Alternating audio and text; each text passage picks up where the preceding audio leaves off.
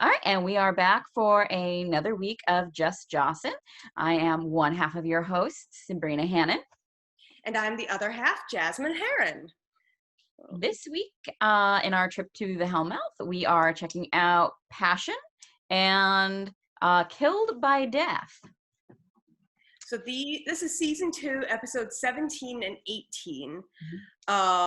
This is the air date was February 24th, 1998 for Passion. It was the week after Valentine's Day. When we just had the Bewitched, Bothered, and Bewildered Valentine's Day episode, which was kind of a Monster of the Week type episode. Yeah. And now we are going into heavy arc. Yeah. I feel like this is one of the major of all Buffy episodes. This resonates. Yeah, this is one that people just remember. It's very heavy, but it's very entertaining. I think especially what sets it apart,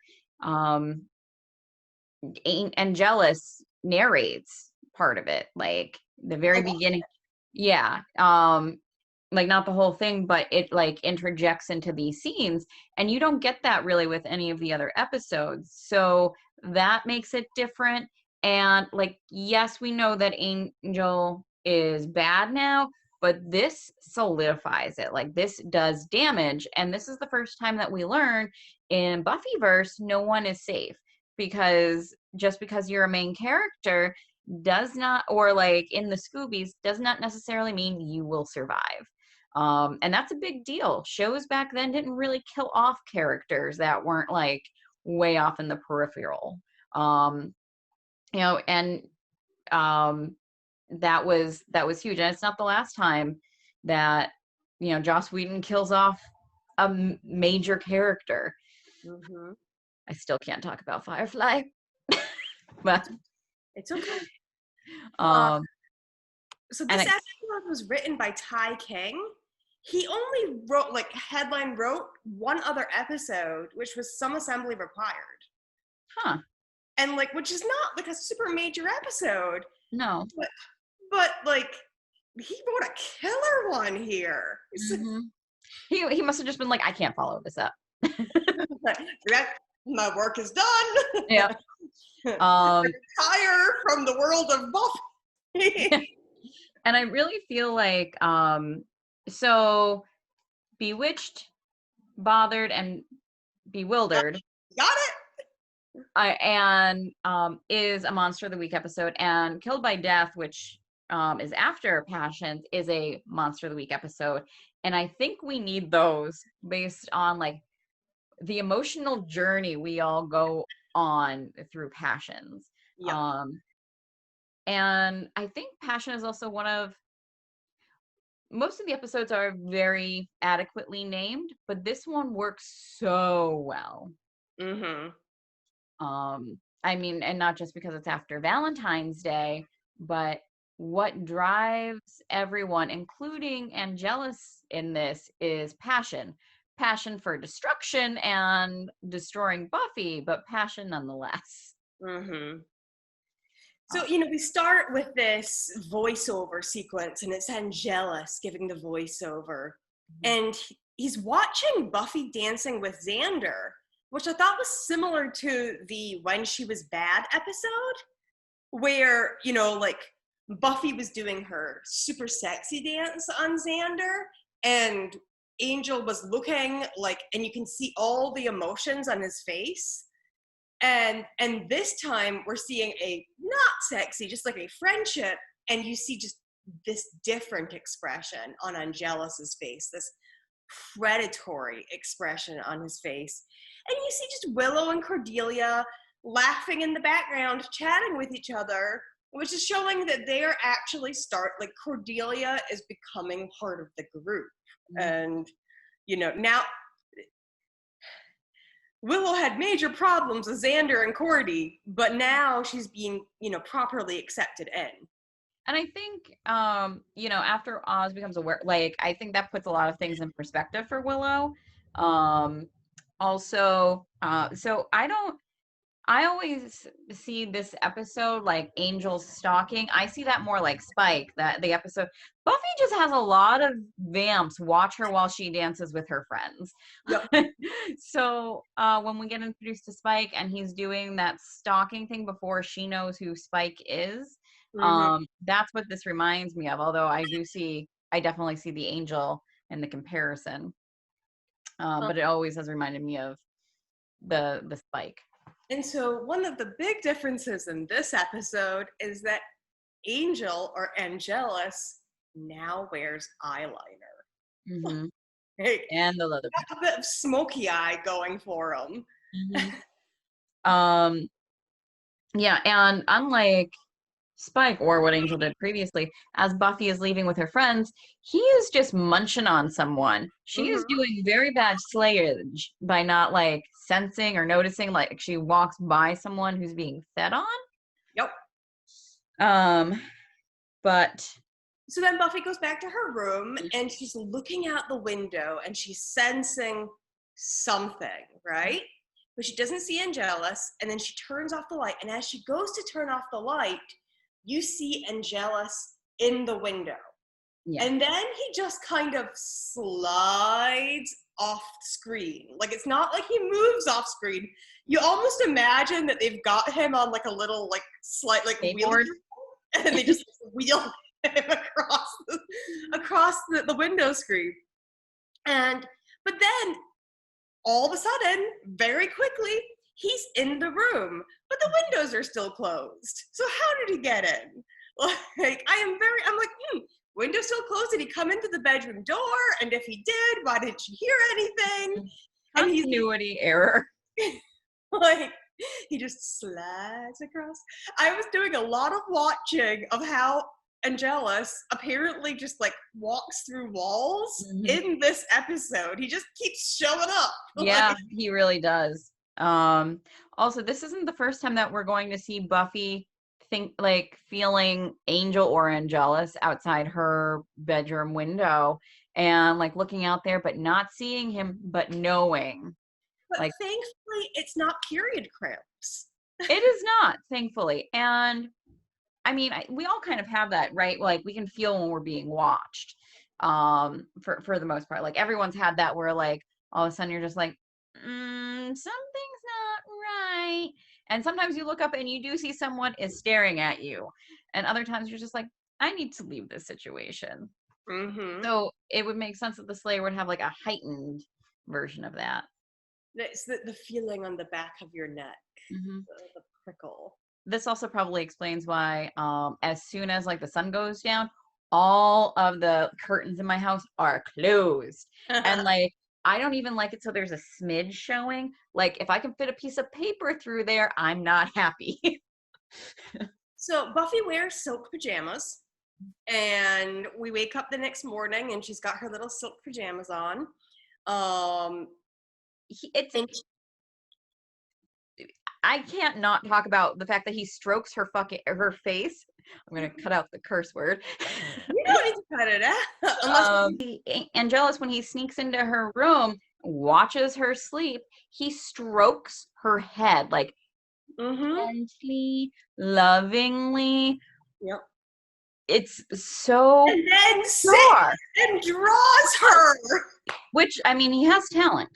Oh, he has talent, but what the hell, Buffy? How do you not feel a guy touch your face? And that, like, how deep of a sleep do you have that a guy can sit and do a charcoal drawing of you? Because also, charcoal on paper isn't silent. No. Like, unless he has, like, vamp speed with drawing, but that would also make a ton of noise. So she can sense him outside the window, cannot sense him touching her and drawing her in her bedroom. Nope. But yeah, that always, like, when he touches her face, I'm just like, ugh. And I think you're supposed to feel the, but you're also supposed to feel a little bit of the, aw, like the longing for when he was good. You're like, does he still have feelings for her? And he does, but the feelings are, I want to torture you. Yeah. it's very bizarre. That always confuses me, and I think it's Joss Whedon trying to get across the obsession. Mm-hmm. Obsession by Angelus.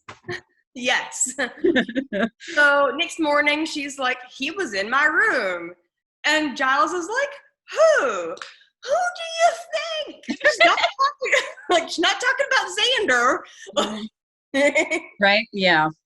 Because Xander's right there. And she's like, no, it was, the pointed tooth fairy Angelus. And And I love how, as they're having this conversation about like trouble, Angelus getting into people's houses because Angel was invited in, Jonathan and some gal come in. They're like, books? Stalin?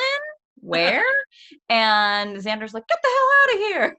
Yep. And he's like, no, this is a school library. So then Giles, as the school librarian, leaves the library to wander the hall.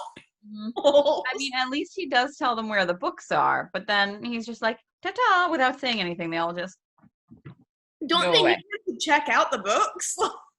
I guess he's just like, take them. No one is interested in Stalin. I only care about the demon books. So then, Giles tells Buffy that the Angel is just taunting her. Oh, yeah. Xander, puts it in layman's terms. And then Giles tells her, as the Slayer, you don't have the luxury of being slave to your passions. And it's the second time I think that we hear the word passion in this. Well, because of versus Angel talking about passion and what drives you, and then he's saying you can't.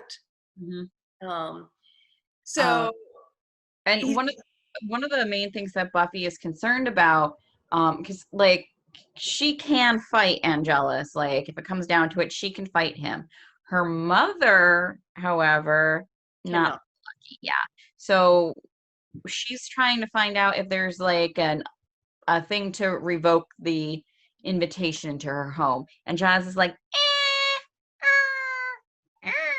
maybe? So they jump on to the research. Yeah. By they, I mean the Scoobies, not Buffy. And so they then head towards Jenny Calendar's class, where Willow is being asked if she can teach the class for 5 minutes, while Miss Calendar is late. And I guess this is first period. I guess it would have to be, yeah. That would make sense because Buffy shows up first thing in the morning for first period to say he was in my room, and then they go to find Willow.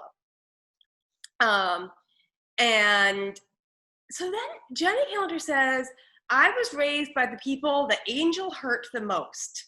And I'm like, I feel like that is a very self-centered viewpoint. Angel hurt a lot of people. What about Drusilla's family? Let's talk about Drusilla and her family, huh? They're all dead. There are a lot of people that Angel hurt. He did some terrible, terrible things. Something involving a puppy. Yes, involving a puppy. The Valentine's Day with the puppy. Lots of bad. But she happens to have a book on hand that she's like, oh yes, you're thinking about, uninviting Angel? Here's this book. It might help you. And Jenny Calendar, the woman who hates books. Not a printout from the internet, but a dusty old book, which she might have seen this problem coming and been like, I shall get myself into Giles's good graces. I don't know. I mean, she's computers, but I think she likes books because, she did ask to borrow a book from him previously and then tormented him by telling him she was dog-earing all the pages. So I just think she's not a Luddite. Yeah. She probably didn't want to get the librarian's disease, which is a real thing where being around musty books for so long, there's a fungus that will get into your lungs and it can kill you. So perhaps she doesn't want to die Now I need to look up this librarian's disease. I only know it because I have a friend of a friend who got that. She had been in a library for many years, and it's a fungus that or bacteria, one of the two, from the book pages, because books are made of, wood. Um, they, from them breaking down or like getting musty over time and inhaling all of that. She was on the woman who got it had to be on like antibiotics for 5 years. Yeah, okay. So I'm reading this article here that apparently the dust and mold can cause things ranging from lung cancer and heart attacks to chronic asthma, as well as depression and nervous problems. Mm-hmm. So is that like popcorn lung, but instead of popcorn lung, it's like library book lung? I guess so, yes. You cough up pages of William Shakespeare when you cough. It's very bizarre. Mm-hmm. But so back into Buffy. I do that all the time. The moment someone like starts talking about something, I'm like, that's fascinating. Down the Wikipedia hole. I knew you would love I knew you would love this disease. But so when Buffy and Willow go off, and Jenny lets slide. Sorry, go ahead. I think you're talking about the same thing. Yeah, and Jenny lets slide to Giles, like it just slips out of her mouth that she loves, that she never planned to fall in love with him, and he was like, fuddy duddy face, like I don't what. I just love Giles. Yep. And she's just like, I just want to make things right with you. And he's like, I'm not the one you need to make things right with.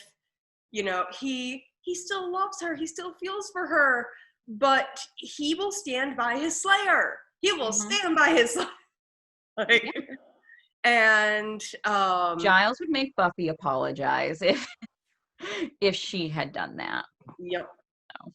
So Buffy's having dinner with her mom, and her mom's like, I've read all the parenting books. You can't shock me. Except apparently she can. It's something that's not that unusual. It's not like she's like, I'm the slayer, mom. She, basically says she has a stalker, which is not that like unheard of for teenagers to experience. Well, I mean, I think that she's a little bit taken aback that she met this guy last year, and he was in college. So even if he was a college freshman, which he's not, but like no, and Buffy says he's not. Yep. If he was a college freshman, he would have been a college sophomore to her being a junior. But he is much older than her. Yeah. And again, like the difference between 17 and 18 in high school and then 19 and 20 in college are very different, like, life development phases. It's also very different. Like if you met that person, like she was a sophomore, he was a senior in high school, and then he went on to college, and then she's a junior and he's a freshman, for example. That's a very different situation because you already have that history. You already have it's not like he didn't go out of his way to seek out a young girl. So it's different. But also, I mean, you would often see guys and girls breaking up when one of them went off to college and the other one stayed behind, because there are so many rapid changes that you go through when you are in college or in university or just basically out from your parents' roof for the first time. There's so many changes that you go through that oftentimes you look back and you're like, you haven't been through these experiences. I can't relate to you the same way anymore. But she does explain, okay, I've got the stalker. It's fine. Like, we just need to not invite him in. I just don't want to speak to him. Well, she does say that she will speak to him if he shows up. Yep. Because she doesn't want her mother handling this by herself. Yeah. But yeah, she's like, he's just been lurking, being stalkerish. Heads up. Yep. And I mean, it's smart of Buffy to tell her mother a version of the truth, because she is speaking the truth. Like he he is stalking her. He He has is, changed. yeah, he has changed. He has done all these things. She's just not giving the full story, which is very teenager of her. Mm-hmm. So Oh. then it's late at night. Willow's talking to Buffy, and she's like, I agree with Giles. You just shouldn't let him get to you. And then she's like, oh, hey, I have a note on my bed. And she opens up the envelope, and she pulls out this like string of dead fish Her a right in dead fish, front of her empty aquarium, like, which she had just sprinkled food in. because she wasn't paying Paying attention. attention, yeah. He's just like, hmm. And I really enjoy the fact that Willow's just like, for the first time ever, I'm very happy that my parents didn't let me have a puppy. Yep, yep. I was just like, how often are we going to bring up puppies? And it's a lot, actually. Uh-huh. It is a lot. Especially in this episode. A lot of puppy. Yeah. Um, And so Willow sleeps over at Buffy's. surrounded by garlic. So we're guessing in Buffyverse that garlic is a deterrent for vampires, or Buffy just really enjoys the smell, which I can understand. Uh-huh. I keep thinking, like, if I were in Buffyverse, what are the things that I would do to protect my home? And I would just have a big old crucifix in my window, or like right in front of my window. You open up the drapes and boom, crucifix. Yep, just put like a bunch, like he's coming in through that window all the time. Uh-huh. Just crucifix. Jump over it, like try. Although I feel like that one would be a little hard to explain to Joyce, just being like, I'm really into Jesus now, Mom. I need several large crucifixes in all of our windows. I mean, she does wear the big chunky, cross all the time. So maybe she is letting her mom, like, hey, Mom, I'm just trying to find religion. After I burned down the gym a couple years ago, I've really found Jesus. Mm-hmm. I'm a good girl now, and I need to be reminded that I'm a good girl with all these crosses. Yes, all of them. Let's get more. But yeah, I agree. You would think she would have been a little more inventive. More defenses, like more defense. Like, okay. Maybe she also doesn't want to give away that that's the Slayer's house. It's just like, oh yeah, you can find the Slayer's house. It's the one with all the crucifixes all over. Well, I mean, again, but it doesn't have to be all. But it could be like for points of entry, Or even like buckets filled with holy water that if you open the window or come through the window, it dumps on you. Mm-hmm. If you could just bless the sprinkler system in the high school. Oh my God, yeah. Or on your lawn. That would be nifty. Just, yeah. Oh, Angel's there again.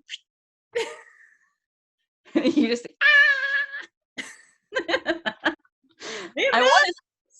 I want to see that now. I want to see vampires running through sprinklers that have been that have holy water in them. That's all I want. Buffy's talking about how she wants to run to Angel. Mm-hmm. She's so upset, and who she wants to tell is Angel. And but this is again, when you're in a serious relationship for like the first time, and then someone like that person breaks up with you or hurts you, and your first impulse is to run to that person who has been the one that you have shared all your hurts and woes with. Mm-hmm. And it's so you hear often, and it's definitely true that because basically Angel has died, right? Mm-hmm. His soul is gone. Angel is not Angel. He basically has an identical twin walking around who's a jerk. It is like a vampire took over his body. Yeah, it's exactly what it is. His soul is off in the ether. So it's people who have lost like parents or loved ones, you often say like, this happened, I want to call them, and then realizing that you can't. So it also very much so applies there. Yeah. So I it's very relatable on multiple levels. With teenage breakups, with the death of loved one. I mean, it's Mhm. all packed up in one for poor Buffy. Yeah. Um, Yeah, she is. Whew. but Willow does say that he hasn't completely changed. He's not completely different because she's still the only thing he's thinking about. Comforting. Sure. And so then we pop into Spike in his wheelchair, and Drusilla comes in with Puppy. uh-huh. And it's And worth noting that Spike's face is noticeably better yeah, in this, yeah. like noticeably. And she's trying to get him to eat the puppy named Sunshine, Mhm. whose owner died without a fight. Yeah. And then Angel comes in and starts basically mocking and degrading Spike, and heavily implies that he is sleeping with Drusilla. I He's don't saying, even think it's an implication. I think he might as well have just been like, I'm banging your lady. and like Spike's like, watch her mouth, and Drusilla's like, tee hee hee, oh you boys. In fact, she's like, oh you boys, fighting over little old me. And but then the air, it worries. And Yep. Spike's like, what is it? And she's like, someone, an old enemy, is seeking help to destroy their happy home. Mm-hmm. And Spike's probably sitting there going like, this is not a happy home. No, Spike is not very happy. Mm-hmm. Huh. So then we find out who is looking to destroy said happy home. Uh-huh. And Jenny Calendar has gone to the local magic shop. And when she walks in, the guy does his little spiel that he does for the tourists. And he mentions it had just been Easy accent. uh-huh. And he mentions, and so when she asks for an orb of Thessala, he knows immediately that, she's the real deal. She's in the trade. So he drops the accent, apologizes, and he's like, it's just Valentine's Day, lots of people looking for like love spells and stuff. So he Likes goes into the Tinder. yeah, exactly. So he gets her the orb. Um, and he's like, yeah, I don't sell a lot of these anymore. Sold some as new age paperweights. By the way, so after he rings her up and like takes her credit card information, which back then you had to take and put the it was some sort of what is it, carbon copy paper. Yep. Yep. So you would get the receipt and all of that. I don't know how they processed all that. I guess they had to take and put it into a computer manually at the end of the night or something, which seemed like it would suck, but but not that many people were using cards back then. Mm-hmm. Anyway, so then he tells her that this thing's useless. The text is lost, and without the text, you can't use the Text is lost. It's the translations translation. are lost. Yeah. So it's basically like a lost language, a lost. And this is the second time that's happened in this series because they're Dalton. That's what he was being used Yep. basically. So she tells him, and you should not offer up this information, Jenny, that she's running this computer program that based on a sample of the text can possibly translate everything, Mm-hmm. which is great. Don't tell Rando at the Hellmouth. So she then says, so the orb is used to hold someone's soul when it's been called from the ether, Yep. before it's put elsewhere, like back into their body, let's say. Mm-hmm. And it glows when she talks about helping out a friend. Yep. Says she's going to give a friend back his soul. Mm-hmm. And it's a very pretty little ball. But so go ahead. Oh, I think next we go to Buffy approaching Jenny at school. Well, so first we've got Buffy and Willow telling Xander that they had a pajama party with weapons, And Xander, being teenage boy, is like, and why didn't you take pictures? Because he's a teenage boy. I may have used too many words there. I could have just said boy, but oh, to be fair, pajama party with weapons. Like, I would want to see a picture of that too. Yeah, that would be a great Instagram story now. It really would. Like, just like, you get some great, like, some of those boomerang things. Like, oh, it'd be great. Yep, just a big old mace. Yeah. Silk pajamas. Mm-hmm. Silk pajamas and a battle axe. Yeah. But anyways, Buffy sees Jenny Calendar, who has arrived early, and Willow's sad because she spent 5 hours lesson planning for the 5 minutes that she was going to be teacher. And an hour for each minute. And Buffy approaches Jenny, and Jenny starts to apologize, and Buffy's just not ready for that yet. Mm-hmm. But you can see that she is softening. Yeah. And she tells Jenny that Giles misses her. And that, you know, I think that's kind of her go ahead of, I haven't forgiven you, but I'm not going to get in between you and Giles. Mm-hmm. Yeah, she says she doesn't want anyone to be lonely. Yeah. And so Buffy, I think, can also partially, especially since she has to lie to her mother all the freaking time, I think, because she has an obligation to her Slayer duties. Jenny's is reversed. She had an obligation to her family. So so I think Buffy gets it, but she cannot forgive quite yet.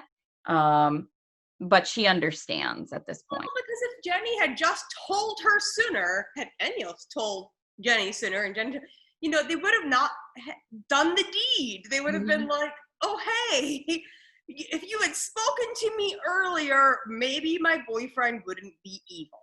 Yeah. But also Jenny didn't know. So much of every strife and conflict is because people don't communicate with each other. Yeah. And in real life, that's mostly what problems tend to be, miscommunication. Even with couples, like that tends to be like the number one issue is you're not communicating in a way that is helpful between each other. Yeah. Buffy and Giles is saying that he's found a very simple spell. Yeah. It's just, you know, a few herbs and ingredients and like some crucifixes and stuff. And so Cordelia is very excited because she's been worried, and I don't think she understands that car. She convinced her grandmother to switch cars with her, which means she doesn't give a shit about her grandmother's life. She's like, Grandma, you get snacked on by the vamps.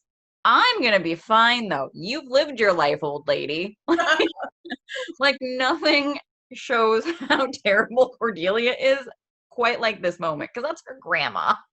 So they then go to Willow's room, where they're doing the spell in Willow's room and then nailing a crucifix to her wall. And she points out that, like, we've kind of talked about Willow being Jewish before. We talk about it in Bad Eggs, where she says she's going to raise her egg Jewish. Mm-hmm. But she says, Ira Rosenberg's only daughter. Mm-hmm. And that she has to go to Xander's house to watch A Charlie Brown Christmas. But it's worth it to see, I think, Xander do the Snoopy dance. Yes, it's worth it to see Xander do the Snoopy dance. Which I agree, that would be worth it. You see it at one point. Mm-hmm. But yeah, so this is really kind of like firming up the, cultural and religious identity of Willow and her family. Yes. And Ira Rosenberg is like quintessential Jewish name. Yeah. Yeah, which I think is why he is named that and why Willow drops the full name. Yeah. And she tries to hide the crucifix behind her curtains, but so then Cordelia is like, hey, there are no fish in your aquarium. And then she sees another piece of parchment. Mm-hmm. And she's like, "Yes, this is for you." And Willow's like, "Oh no, another." And then she opens it and she goes, "No, it's for you, Buffy." And it's a picture of Joyce asleep. Mm-hmm. And she's like, "Oh no, Mom." And Yep. so they rush immediately back to her house to perform the spell, except it's not quite fast enough because Angelus is waiting in the front yard Mm-hmm. for So Joyce. yeah, so Buffy and them get into the house fine. He's not there yet, it seems. But then we see Joyce's car, and we don't know that they're in there, but we see Joyce's car pull up and Angel approaches, and it's obviously nighttime. And I think and Angel was really banking on Buffy not saying anything to her mother. But he recovers well from that information. And Joyce has gone grocery shopping and she has like a bag, for the week's groceries. It's just the two of them. And he immediately approaches her and Joyce is like, "I don't want you here. Buffy told me that you're really freaking her out. You need to stay away." And he's like, "Oh, Buffy told you about us." And it's definitely one of those things where he's like, "I need to find out how much she told you." As they're walking towards the house, Joyce is getting more and more concerned and frightened because his behavior is becoming more and more erratic. Like she drops the groceries, oranges go everywhere. I think she should have left them and like come back for them later. But he starts putting everything back. She goes to the door. She's fumbling with her keys. Yep. And Angel still thinks he can get into the house. So he's not rushing to attack her, thankfully. And drop the bombshell. Yep. Huh? He's trying to unsettle her. Mm-hmm. And he's succeeding. And he is trying to mentally destroy her, which is why he then says that, he says, "I haven't been able to think about anything else since the night we made love." And like Joyce looks at him and he's like, "She didn't tell you that." Nope. Mm-hmm. And that right then is when Joyce opens the door and goes in, and Angel goes to follow and then finds out he no longer has that ability. They're just finishing the spell's final words, and Buffy says, and love it. She goes, "Sorry, Angel. Change the locks." Slams the door in his face. Yep. And I do love the scene that happens. Well, no, I'll wait because there's something that happens beforehand. I was going to talk about once Giles gets to the house. Yes. Yes. So Giles finds Jenny still at the school, and he says that first she's like, "Buffy says that you missed me," and he's like, "Well, she's meddlesome, but she says, I don't want to say anything quite yet, but I might have good news." And he says, "Well, why don't you come over to my place to tell me about it?" And so, as this is happening, Drusilla is visiting the shopkeeper, and with sunshine. She still has sunshine. Dog hasn't been eaten yet. Nope. And she wants to know what the mean teacher talked about. And then we flash to Jenny again, working on the ritual. And she has managed to convert it to English. And so she saves a copy on the disk and prints it out. A floppy disk. Saves it to a floppy disk, saves it to the computer, prints out a copy. If only she had emailed it. And yes, I know. But I don't think email was quite big enough to handle. That wasn't like, even if she just copied the text. And put it into an email. You got to be more paranoid, Jenny Calendar. So once again, we are faced with mysterious and jealous coming through closed doors and closed windows. Mm-hmm. Because all the doors are closed in that room. The door behind Jenny is closed. The door at the far end is closed. So like, he is just materialized in and is sitting in a student's desk and he's watching her. And you realize like he is prepping to kill Jenny. Yeah.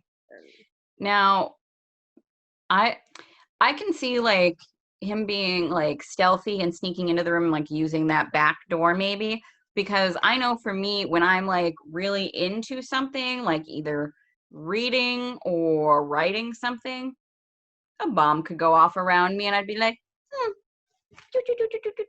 and like keep on my task. And I'm assuming if you've just found a way to give your friend his soul back, you would feel very much so the same way. So maybe he made some noise coming into the room and it just didn't register in her geek brain. And again, I ask, why are there no crucifixes around? Like, she has her purse right there. Why is there not a big old crucifix in her purse for her to be like, back, evil angel? Or a super soaker filled with holy water. Like, I ask these questions. When you live in Sunnydale, why do you not just keep this on your person at all times? Like, Yeah. whoop, it's sundown. Out comes my crucifix. Out comes my super soaker of holy water. I'm not worried about someone trying to mug me. Like, this scene is just, it sticks with you, and it's iconic in many ways. So Angel knows what's going down. Jenny realizes that like her life is in serious danger. She's probably not going to get out of this situation unless she's able to outmaneuver Angel, because she can't overpower him. And so she tells him she has found his cure. I don't know why she goes that route, because that's just going to upset him. Yep. But she probably figures he already knows if he's there. So he goes ahead and he breaks the computer. Smashes the orb. Yep. The computer turns into fire. I don't know if that's a thing that happened in the 90s. If you smash your computer now, it most likely will not erupt into flames. Yep. Although for years I thought that would happen. It's kind of like how for years I thought bunnies laid eggs because of Easter. Well, didn't like the Samsung phones just randomly catch on fire for several years? Yeah, I think so, but that wasn't because they were being dropped. No, it wasn't because they were being, like, they would just be in your pocket and they would catch on fire. So I feel like there had to have been something combustible inside, at least the phones. So maybe old school computers had something combustible in them that... Maybe. If you happen to work with computers in the 90s and had one fall and catch on fire, please let us know. Comment. Yeah, about that. And then, so he also rips off the spell that has printed out in the old computer paper where you had to tear off the sides, which is just anything with technology in this show is just so dated. It's hilariously wonderful. So he burns that, and he has been in his non-vamp face this whole time. And he gets down and he starts warming up his hands. I don't know if a vampire can feel warmth from like a fire like that, but he starts warming himself up. And then he says, it's a great night, two birds with one stone sort of thing. And then he looks up and he said, and teacher makes three, and he is vampy. Yep. So Jenny had tried the door closest to her, which is locked on the outside, which is bizarre. Doesn't make sense. Like, she should be able to unlock that. So now she has to make it to the far end, which if you were Angel, you probably would have locked, but I guess not. So she gets through, or no, isn't able to make it to that. He grabs her and throws her into the other door, which a very weak lock, it busts open, and she takes off running. Yep. We see a janitor's part at one point, but no janitor. Yep. He says he needs to work up an appetite. And so he's chasing her down and he's laughing. And she like slams a door in his face and she's running up these stairs. She like flings a cart into his path and is running up the stairs, and he's not behind her on the stairs. Somehow he's gotten all the way around in front of her. And so he says, "Sorry, Jenny, this is where you get off." And he snaps her neck. But this snapping the neck scene, like, it is Yep. Like, she knows it's coming, like, and it makes it worse in some ways, because like it's not complete fear on her face, it's almost acceptance. And just snap. And she just and the way her body just crumples, you know, it's not like when Buffy snaps a demon's neck and they just slump over. This is Jenny crumples, and as she does, so do our hearts. They all just wither inside us. It's no, Jenny, no. And also, like, because you're not used to seeing television shows in general kill off characters like that, you're not thinking that it's going to happen. I mean, if you're watching now and you're used to characters being killed off in shows, sure, but back then with Joss, that if you love a person, they're gonna die. Yep. Sometimes several times. Yep. So then we go to Buffy's house, and Giles has arrived. Oh, we forgot to mention one thing.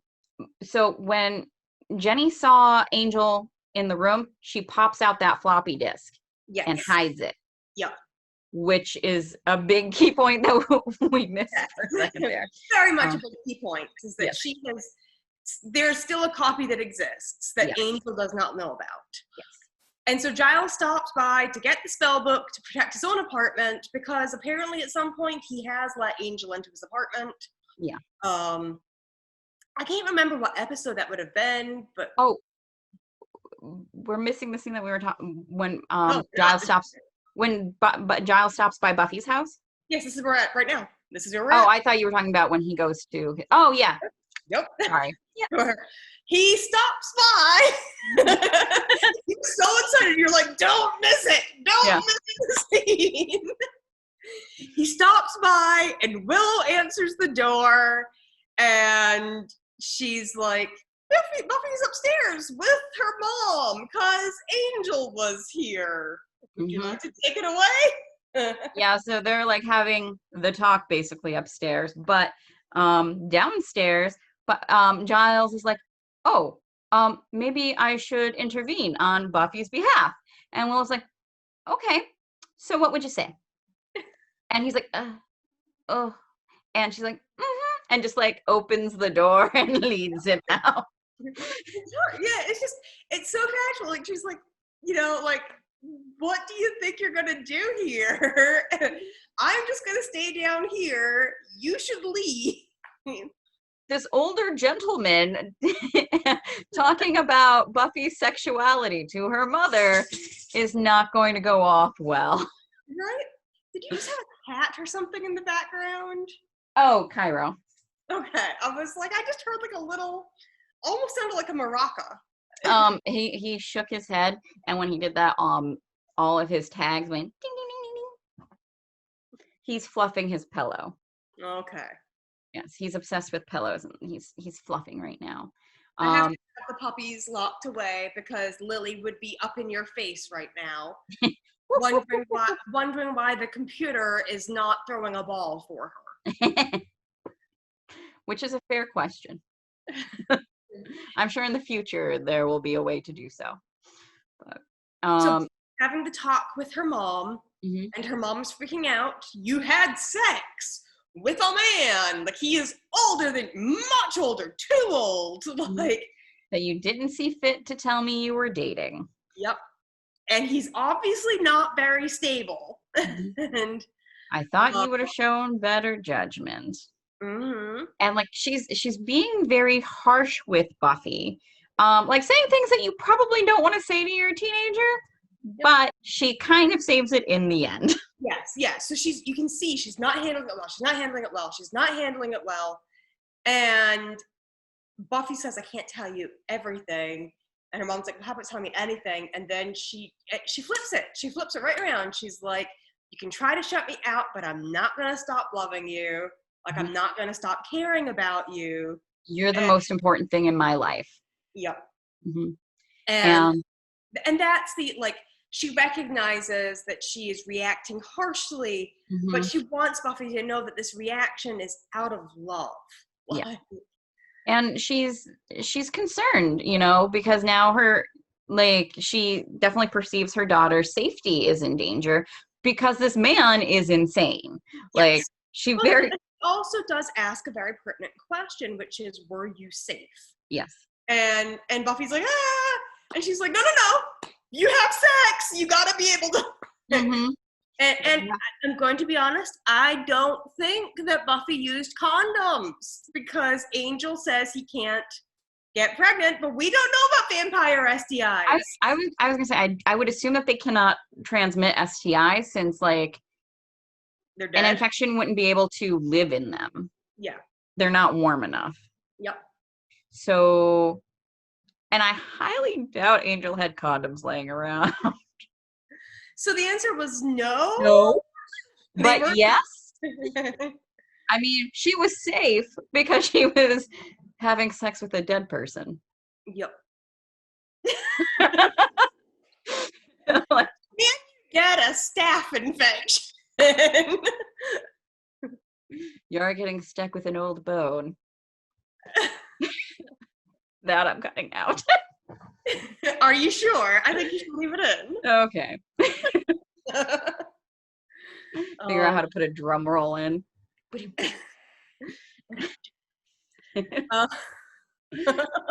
So,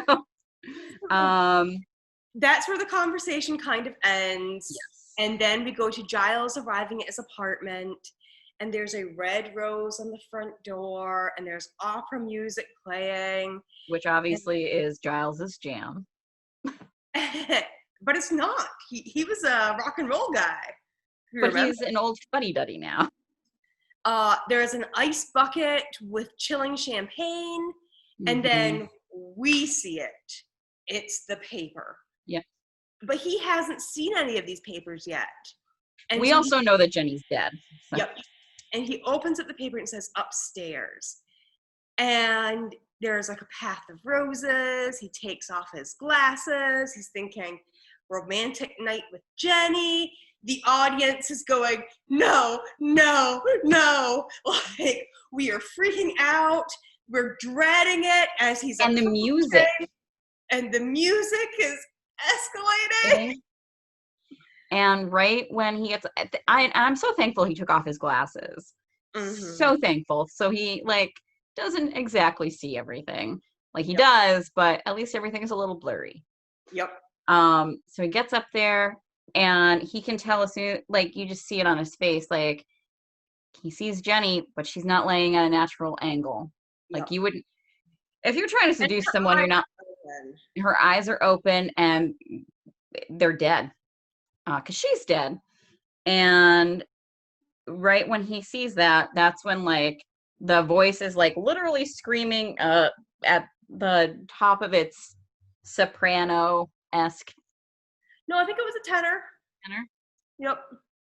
High-pitched voice was at the height of its note. And because I recognize that song. Yeah, it's in a lot of things. I think it's in Pretty Woman actually, as Richard Gere is climbing up the trellis fire escape at the end. I'm pretty Okay. sure it's playing there because I always think of, it's weird because when I watch that scene, I have visions of Pretty Woman, which is they are different stories. They're very different stories. So Giles does he calls 911. And automatically he is going to be the number one suspect. The only thing that looks good for him is the fact that he had stopped at Buffy's. Like, he has an alibi. He's been seen at her time of death. Although it has to take him a long time to get from the school to Buffy's house. Like, he must have stopped for something, because in that time that he goes to Buffy's house, Jenny figures out the code, saves it on the thing, prints it out. Angel comes, chases her, kills her, takes her to Giles's place, and sets all that up. Which also Angel had to be stalking again to know that, like, things were getting better between them. Or maybe he didn't know that things had gone, he probably didn't know things had gone poorly, actually, between them. But Giles had to have been doing something else in that time. Like, he must have gone to the store. The song is from La Boheme, by the way. And Is it in Rent? no, not La Vie Boheme. That's Rent. It's La Boheme. It's an opera. Sung by Puccini and Giacomo Puccini. And the lyrics translate to, "Oh, lovely girl, oh, sweet face, bathed in the soft moonlight. I see you in the dream I dreamed forever. Ah, love, you rule alone. Already a taste in spirit, the height of tenderness." Well, that just makes it worse. Thank you, Jasmine. Like, That makes it so much worse. That whole scene. like, oh dear. Mm-hmm. Oh dear. And that scene, it doesn't matter how many times you watch it and you know what's coming, it is heartbreaking each time. Yep. Because Giles is such a lovely soul, and we don't really see him with another love interest until much later, and it's very brief. Yep.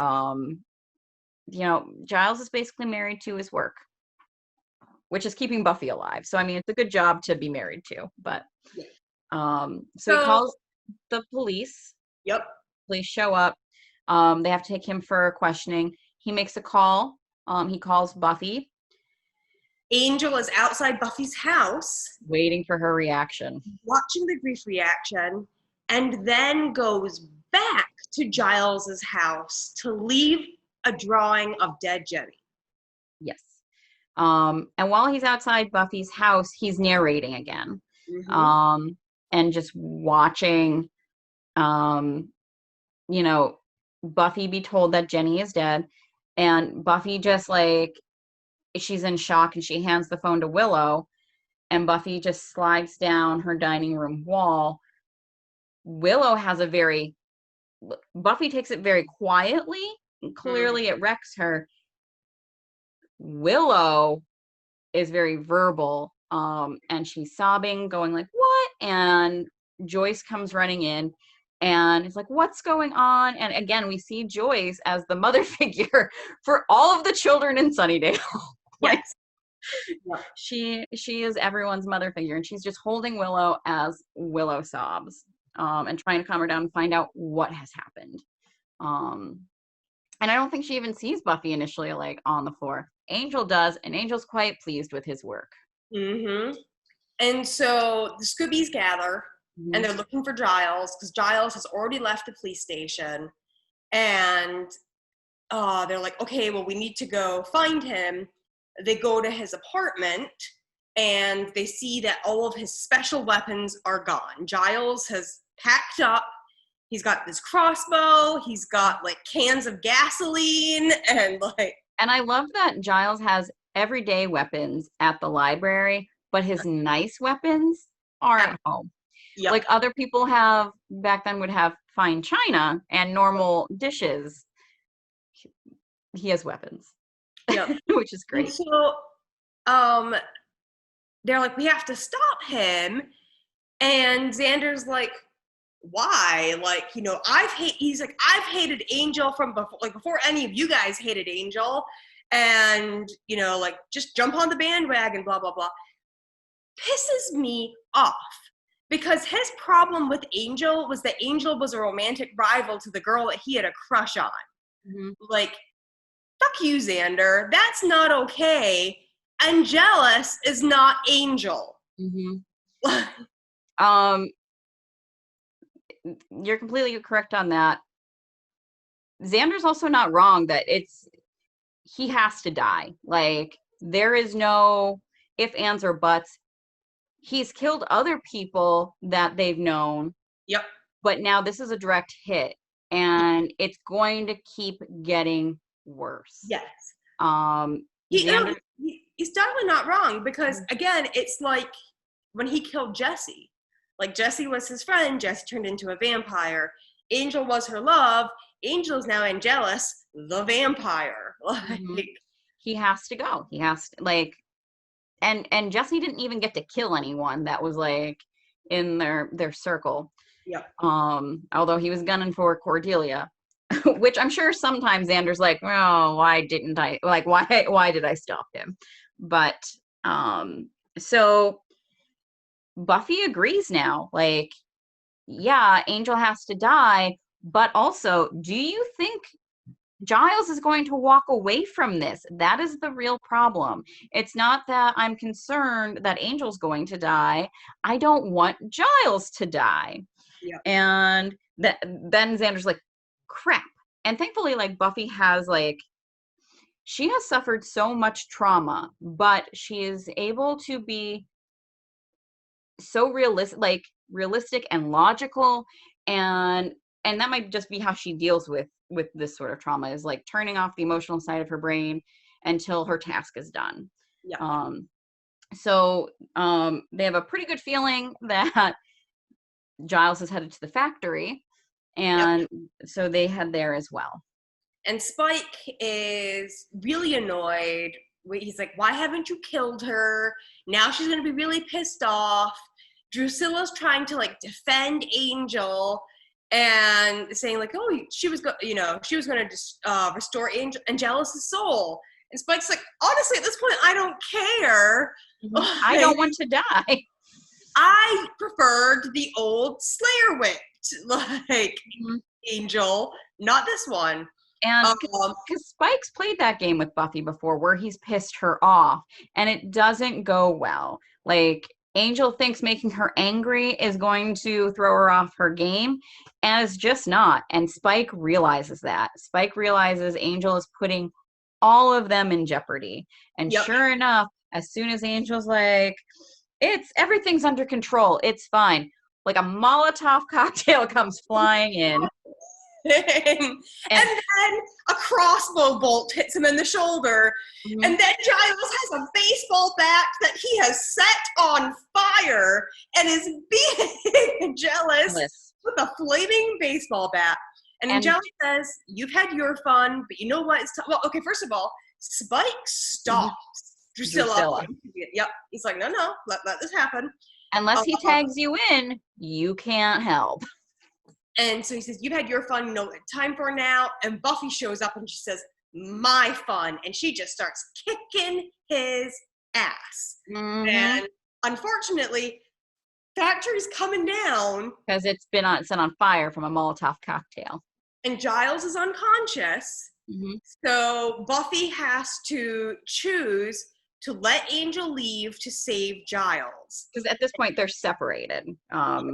Like, she's up higher. He's basically almost engulfed in flames. Yep. And Angel's the one that points it out. And so him and carries him out of the building. And as he's like coming to, he shouts at her, like, why did you come here? This wasn't your fight. And she punches him. She's knocking some sense into him. She full on punches him in the face, and she's like, are you trying to get yourself killed? And then she's crying, and she says, You can't leave me. And Giles is sobbing. Yep. And Anthony Stewart had, oh my goodness, this raw emotion. Whereas when he saw Jenny, he was numb. And then he was angry, but now it's the grief. Mm-hmm. And Buffy's just begging him, please, I can't do this alone. Yep. And that brings him back. Mm-hmm. Yeah. It is one of the most, there are so many great moments between Buffy and Giles. This is one of them. Like, if you were going to create a highlight reel, this hits it. Like,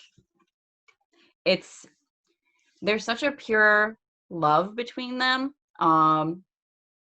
And this thing of like, I can't do this by myself that Buffy has, it stays with her until Giles does a very stupid thing. and then, you know, really helps Buffy's abandonment issues, but we'll get to that much later. Fades. We get a little more of Angelus voiceover about passion, and then Giles returns to his apartment, and there's no longer a rose on the front door. It's yellow crime scene tape, and like, oh yeah. And then we see Giles and Buffy standing over Jenny Calendar's grave, and Buffy says that she's sorry that she wasn't able to kill Angelus earlier. She says, I wasn't ready, but I think I finally am. And as she's saying, but I think I finally am, we see Willow has taken over Jenny Calendar's computer class. And she said, Principal Snyder has asked me to take over the class. Which is bizarre. And as she like puts things down on the desk, the disc that Jenny had saved of the spell falls off the desk and falls in between the cracks between two legs. I guess it's between the desk and a filing cabinet or something like that. With that nice little flattering noise. And Buffy's over, you know, what's the word I'm looking for? Voiceover, yeah. Voiceover. I was like, voice. It is not, it's voiceover. Buffy's voiceover says, Angel's gone, nothing's ever going to bring him back. And that's just as we see the disc. And passion destroyed me. Mm-hmm. It is one of my favorite episodes because it is such a great episode, but man, you have to be in the mood for it. Yep. It sticks with you. Like, that's one of the episodes that, like, Monster of the Week ones, like, yes, I can tell you at this point, like, what season everything's in and usually what order.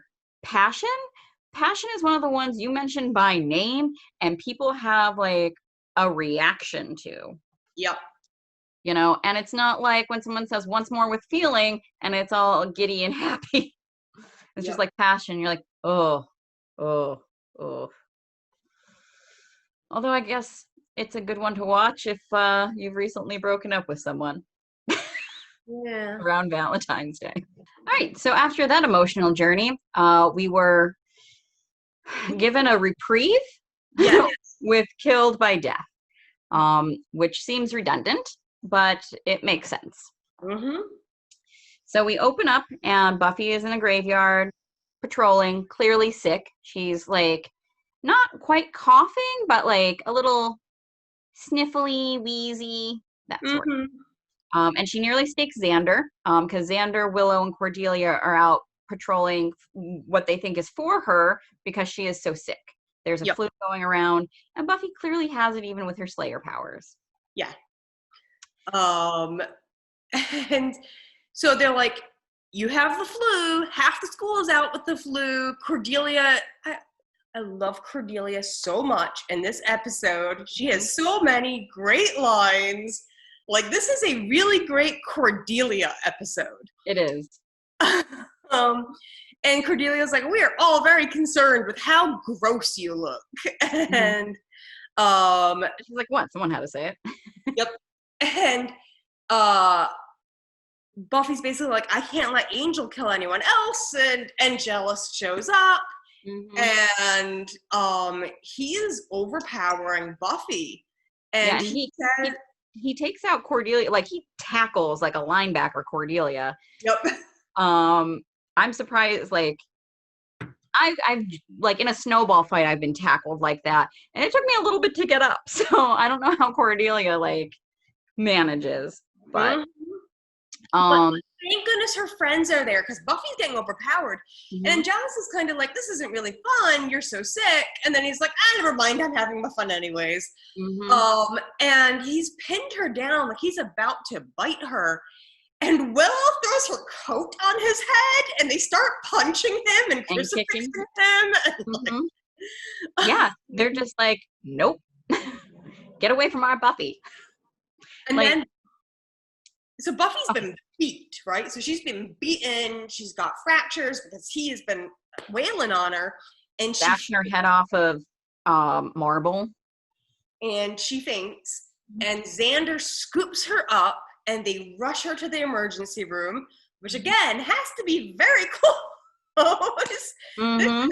So we've got the school, the bronze, the cemetery, and the hospital, And the mall.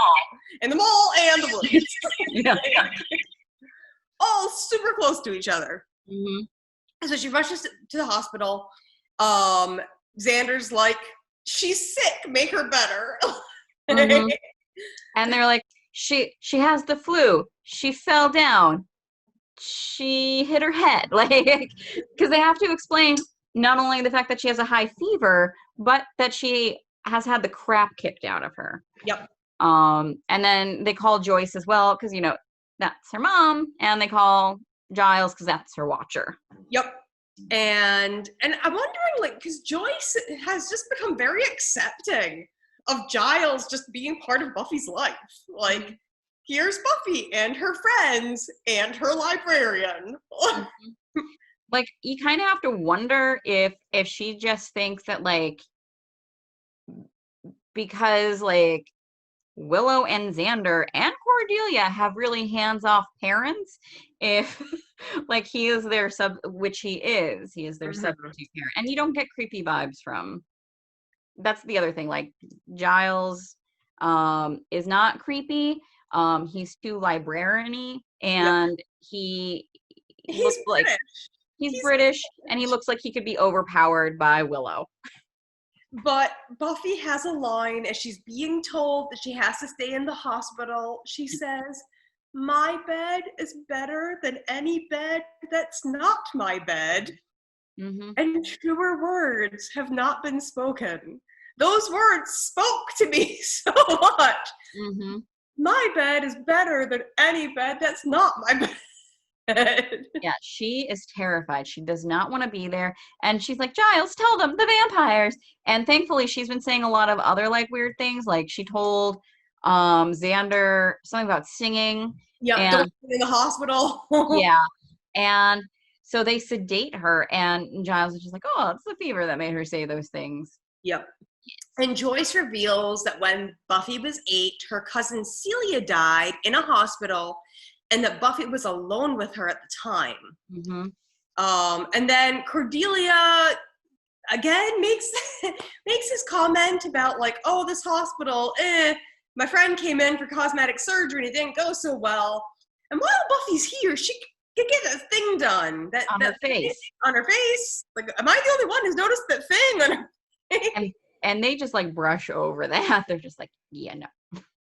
And yes, Cordelia, you're the only one that noticed the thing on her face. Well, because I kept looking. I was like, is there a thing on Buffy's face? Does she have a mole or something? And I noticed that she was wearing makeup covering up some pimples. Like, but, like, I didn't see any, like, moles or, like, I was like, yep, I got nothing. I got nothing. So. And so Joyce and Giles go off, and Joyce says to him, and, like, in the hospital, they're not, like, you know, skipping around merrily, that, you know, she's really sorry about Miss Calendar, or that teacher, as she said. And, you know, she said, Buffy said you were very close, and if there's anything that, you know, I can do for you, please let me know. And that might be the other reason that Joyce feels like Giles had a love in his life. I don't know, it was Jenny. So there's that safety there too. But it was a touching moment because we really don't see one-on-ones between Giles and Joyce at that point. And it was, you know, an extension kind of a friendship. Like, Yep. thank you so much for making sure my daughter isn't in trouble at school. I mean, other than the time then he put that creature on her a few episodes ago. But just remember that was a gas leak. And a gas leak, yes. So Buffy has a dream where she's Well, kind of delirious. Before that, the Scoopies are very concerned that Angel is going to try and get into the hospital. So Xander stays. Yes. But the dream. So then Buffy has a dream where a small boy was standing in her doorway. At 2:27 a.m. Was that the time? Yep, because when she wakes up, it's this like it's just flipping over to that time. And to tell us it's a premonition. She sees this like creepy, like not man. He's got like super, you know, a really bad underbite. A really bad underbite. It's a really bad Halloween mask is what it is. Like if you show up at Spirit Halloween and you just get a creepy generic monster head, it's probably going to be that one. And he's got a bowler hat and stringy white hair. And in her dream, she follows him and has flashbacks to visiting her cousin in the hospital. And then she wakes up and she walks down, like she wakes up properly and she walks down the hall. After ripping out her IV. Yep. And two orderlies are leaving the children's ward with the body of a dead child. Possibly the child that she thought she'd seen earlier. And then she overhears, I think it's a doctor and a nurse, or no, two doctors. It's Dr. Backer and Dr. Wilkinson. Dr. Wilkinson is Buffy's doctor. Yeah. Dr. Backer is the doctor for all the children. And as they're arguing, she's saying like, you're experimenting with these kids. This isn't right what you're doing. And you're like, because what we find out later, I don't think we find out exactly then, he's increasing their fevers, but he's getting the parents to sign off on it, which is his argument. And she's like, well, of course they are. They're desperate, like they're like to get their children well. And as that's going on, two kids approach Buffy and say like, the adults don't see the monster, you know, they don't see death. And that's when we know like, and he comes at night. And he comes at night. Comes at night. Yeah. And then another form of death comes at night, Angel. And he has some flowers that he very clearly like ripped out of like this a street basically.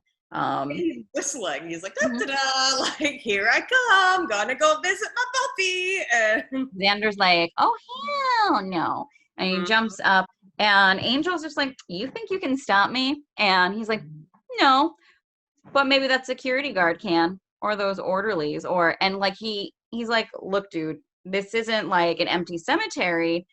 There are a lot of people here. You're not getting away, and you're gonna out yourself as a vampire. Too. And since Angelus likes to play the long game, he walks away.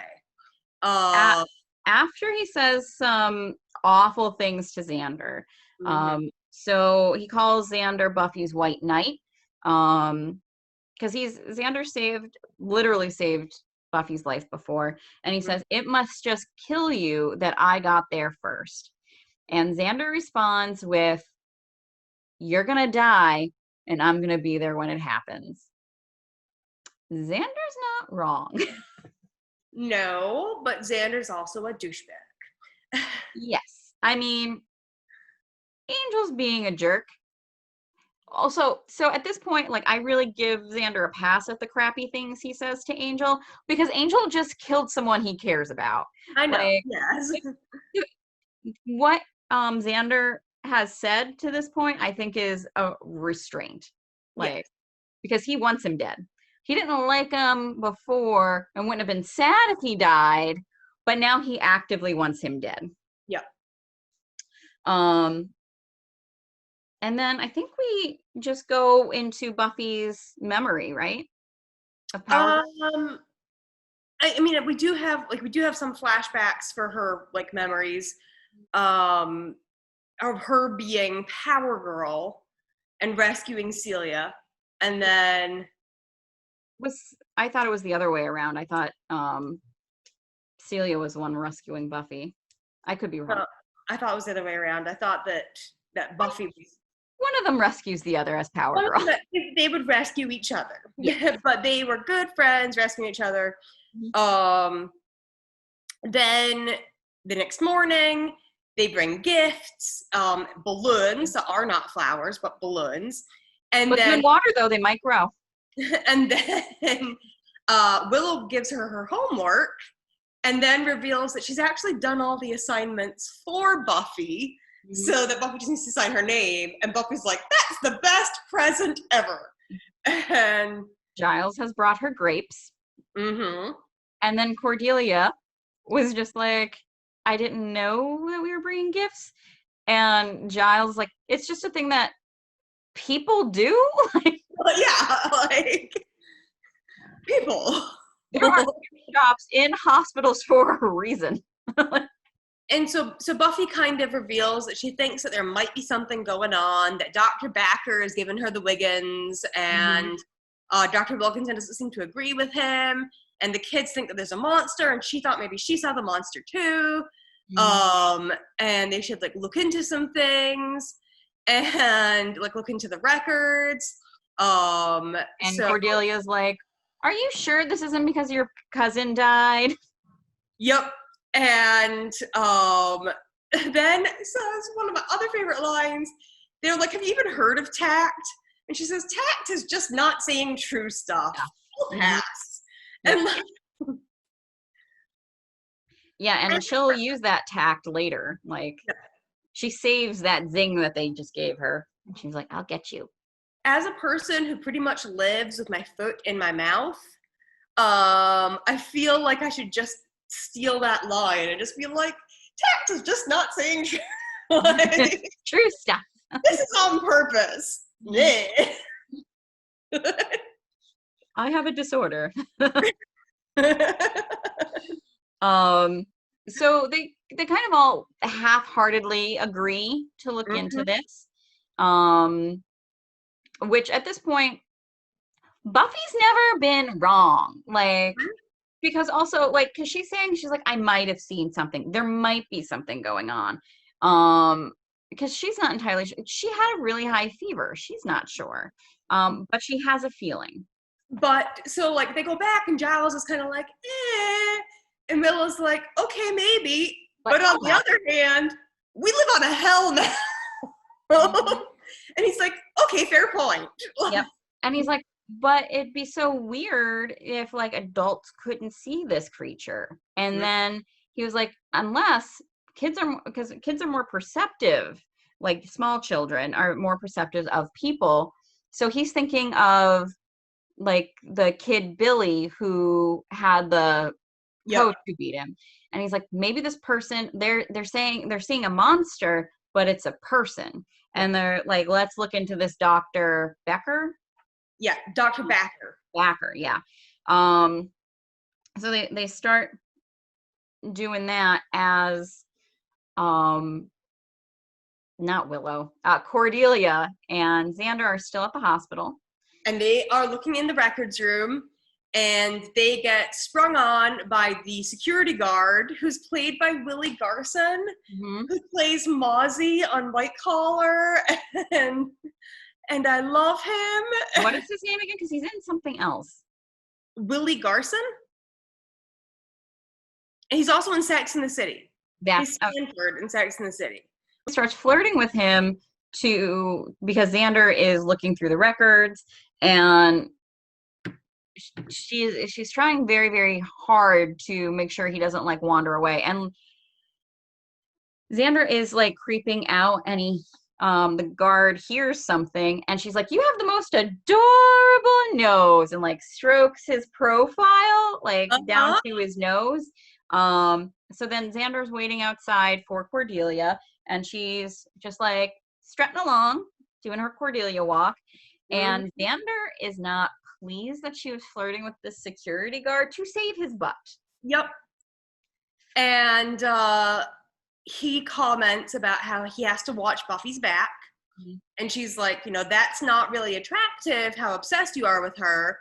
And he's like, I just need to watch her back. And she's like, oh yeah, I've seen you watching her back. And then explains to him, because he's confused, that it's a pun for him looking at her butt all the time. Mhm. And he's gonna like, hey. And then she's like, you can watch my back. And she struts off. Oh, I love Cordelia in this episode. So And Xander does watch her back. He does. He's like, tilt. yeah, he's like, and then he's like, yes, but, and then he's like, But um, what I do love is that she then comes back with donuts and coffee and sits with him. yeah, she doesn't talk to him, but she brings the stuff. Now, this is also, I think, the first time we see product placement in Buffy, because it very clearly zooms in on Krispy Kreme. Yep. And I'm not gonna lie, when I was watching this episode, You wanted some donut? I was like, I would like some donuts, please. Steve, and I don't even like donuts from like Krispy Kreme or anything like that. And I was like, man, a glazed would go real well right now. Product Brilliant. placement. Yep. It works. Brilliant. And of course Cordelia shows up too with the coffee right as Xander starts yawning. So good on her on that. Yep. So Buffy is in the hospital wandering around. She finds the little boy that she saw before.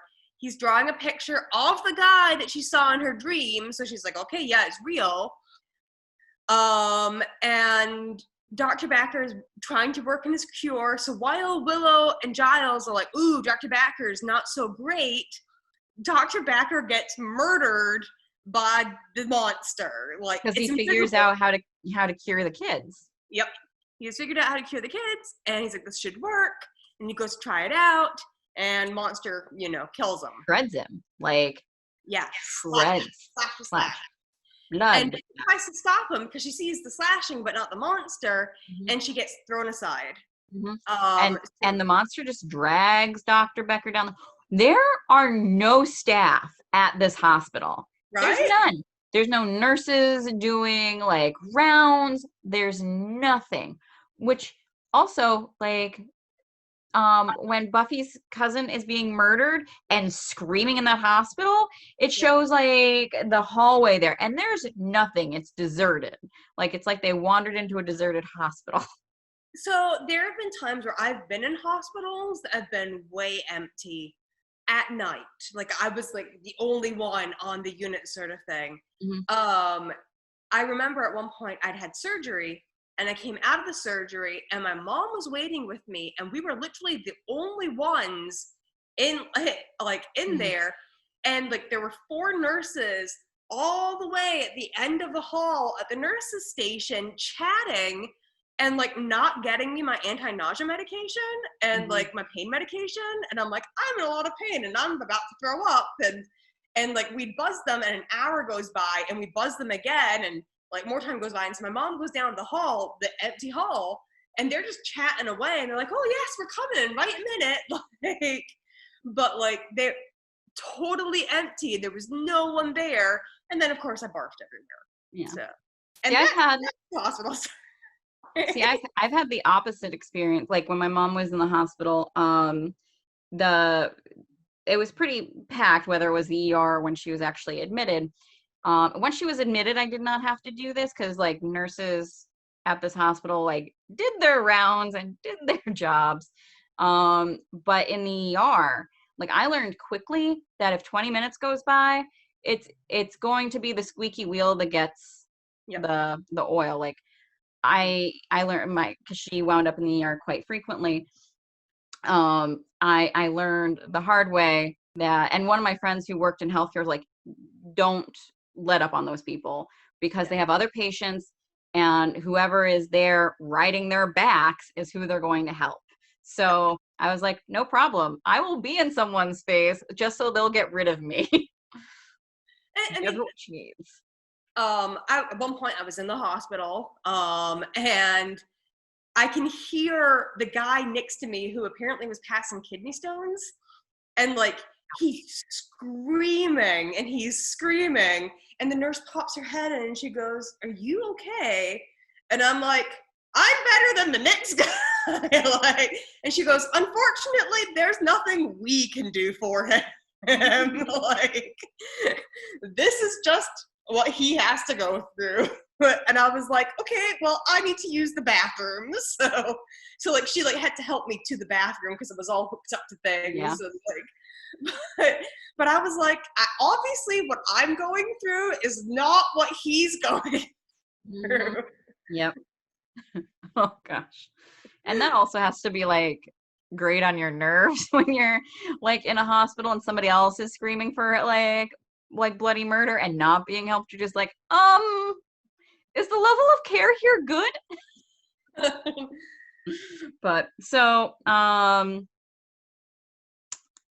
yes, so the doctor's dragged off. I think we jumped to the next day. Yep. And Giles and Willow were like, "It's the doctor." And Buffy's like, "He was clean." And they're like, "What do you mean clean?" And Xander's like, dead. "What do you mean what?" It's like he catches. Mm-hmm. So sure enough, Dr. Backer is dead. Buffy fills them in, and she's like, "This is what we're looking for." And she hands like the 6-year-old's drawing to Giles. Giles like, looks at it. And he's like, "Is this your work?" Your work? Like concerned. To be fair, I think I would have drawn similarly. I am not the best. That child's drawing is out of my ability range. Like stick figures is as much as you're getting. And so I just thought it was hilarious. Like, "Is this your work?" And I'm thinking, hey, Giles, not everybody has angel charcoal drawing capabilities, okay? And Angel's had centuries with that. So at that point, Joyce walks into the room and she's like, and everyone shushes up.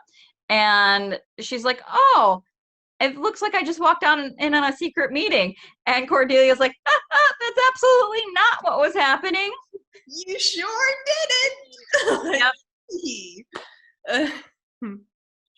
Oh, Cordelia. So they break up again to do more research, and Cordelia goes with Giles, and he's not thrilled. Yeah, and so Xander is like, "I really feel like, it's important for research. Cordelia should go with you." And Giles is like, "Why do I have to?" "Oh, yes."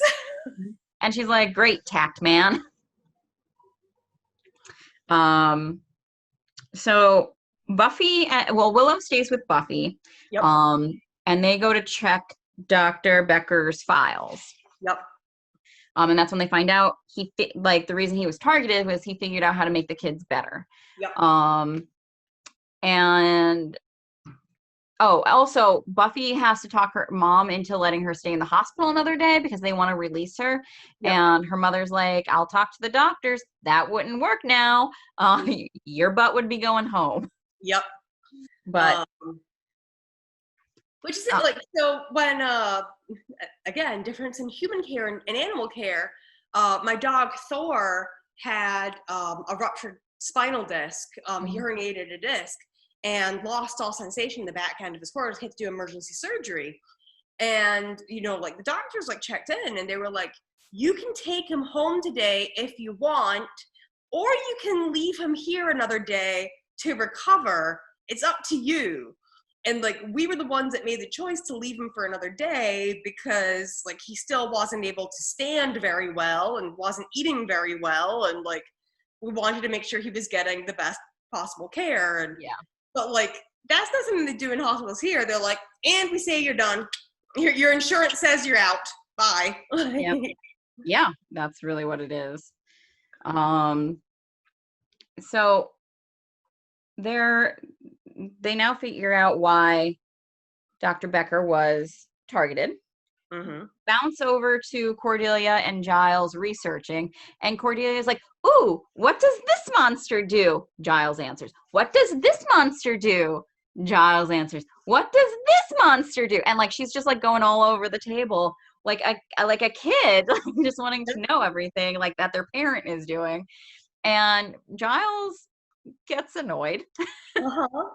He's like, this one asks incessant questions when they're supposed to be helping. And she's like, ooh.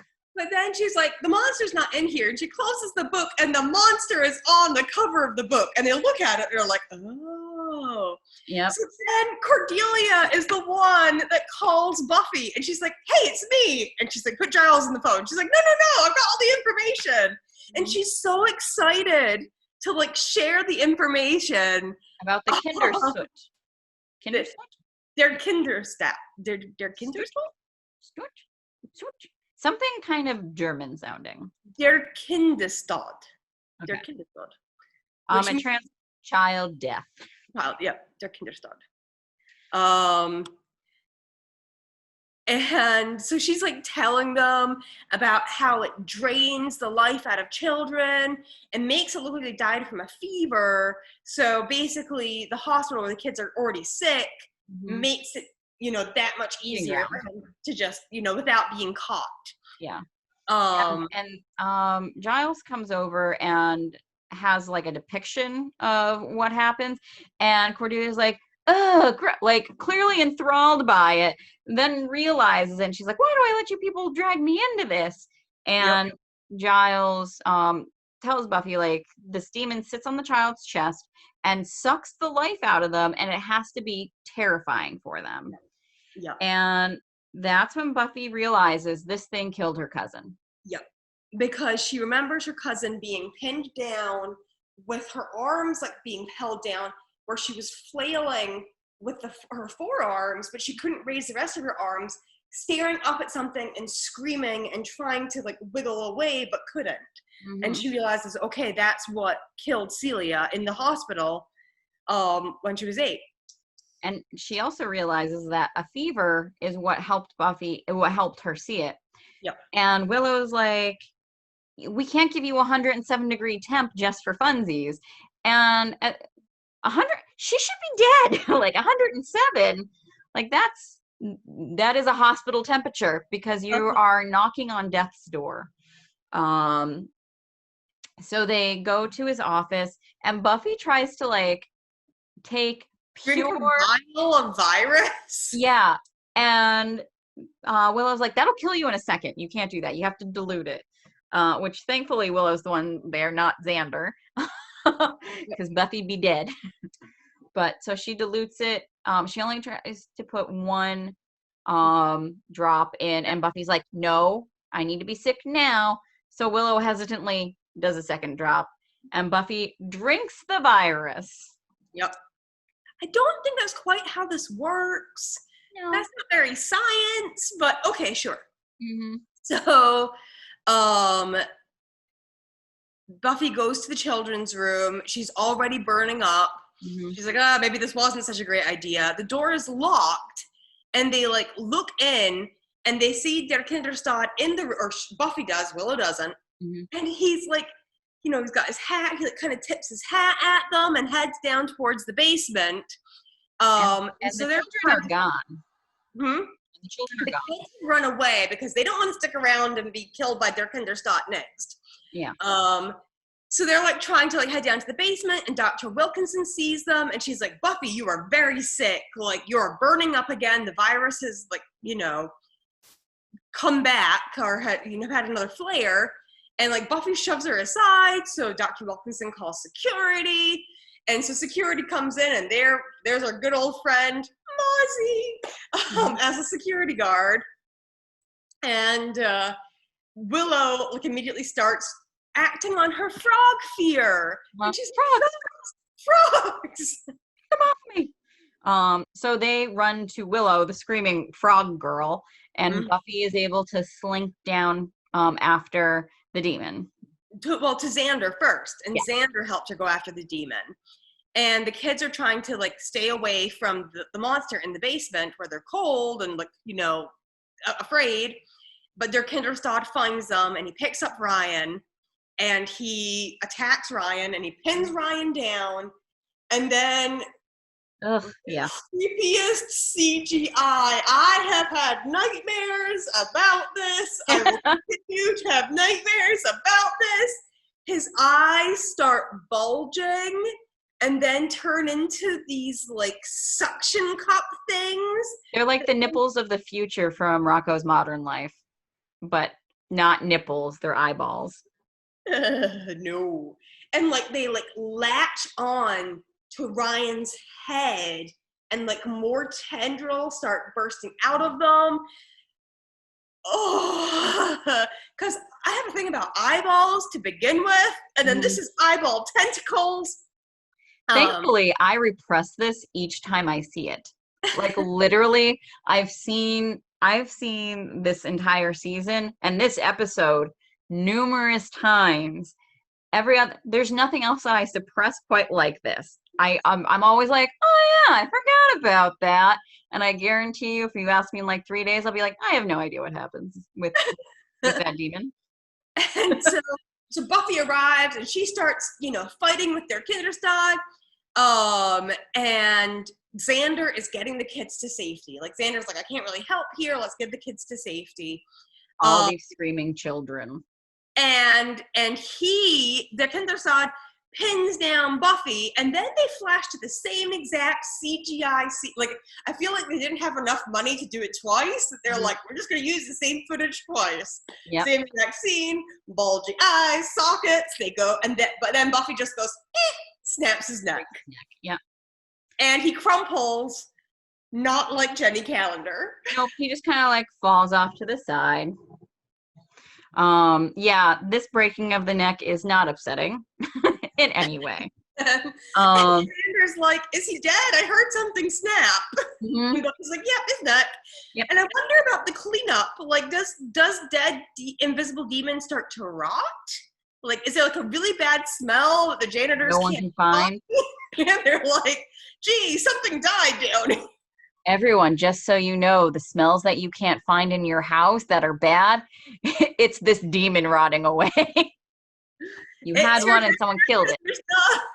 It's the invisible demon that is in your walls. I also have questions about his clothes, because he's wearing an outfit and he's got a hat. And like, if he's invisible, does he steal the clothes? And why are the clothes invisible? Like, is it anything that he puts on then becomes invisible? Or like, does he have special invisible clothes? Like, do you remember when we were kids, did you ever get a Barbie doll that like under their clothes was like a painted on outfit? Like not like heavily painted, but lightly over their no-no places, like a frilly little like anything like that? I don't remember, but I wasn't a really big Barbie person. I was more of a My Little Pony person. That explains a lot. So I was really into Barbies, and I had some that were like that, that were definitely from like the 80s or very early 90s. So I think maybe it's like that. He's just born with them. He's just born with a bowler hat? Yep. But like, he takes it off. It falls off at times. Like, he loses his hat and then he picks it back up, but it's still invisible. Mm-hmm. I mean, he's a killer, but he's not a perv. He doesn't want to be naked around children. Good point. He has standards. Yeah. So Buffy recovers at home, and with Xander and Willow in bed with her. Well, Xander in bed with her, Willow in the chair, and Joyce again being super mom. Yep. And like, Xander's like, you need to get more cheesy chips or something like that. Cheesy chips, yep. Cheesy chips. And she's like, you ate the last one. He's like, no, you're hiding one. And like, you see, she was like, I was hiding that because that's mine. Like, mm-hmm.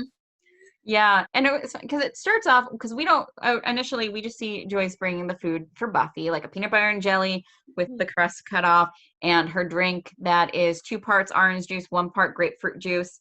That's my drink. And so like doing mom stuff, and then it pans over and we see that Xander's in the bed with her and like eating as well. And then it pans over further and we see Willow, and Willow's like, can you please get me another drink too? Like, or whatever it was. And she was like, sure. And then Xander's like, hey, more of these, like rudely. Yep. Rudely. And Joyce is just so sweet about it, like waiting on them and taking care of being super mom. And then she brings Buffy a letter from Ryan, who has this cute little drawing of Buffy like over a like neck snapped, decapitated blood. Their kind of stuff. Yep. And Joyce sees this and she's like, that's nice. But that's a nice picture. This has given us a little bit of a buffer between, you know, the trauma we've all suffered. The trauma of Passion. Because next week we're going into I Only Have Eyes for You, which is, I mean, yet another like deeply emotional episode for Giles and for Buffy and for Angel. So yep. And then go fish. I feel like they had to really space out like the intense with the less intense. Yeah. Like we can't, it's like our audience on average is 14 years old. We can't do this to them. So we will be sued by the American Psychiatric Association. Anyways, thank you for just jossing with me tonight. Oh, it's always a pleasure to share my trauma with passion. And the eyes that turn into tentacles. Yes. I was having a clue moment. Flames. I was thinking the same thing. Flames. Great minds. Yep. All right. See you all next week.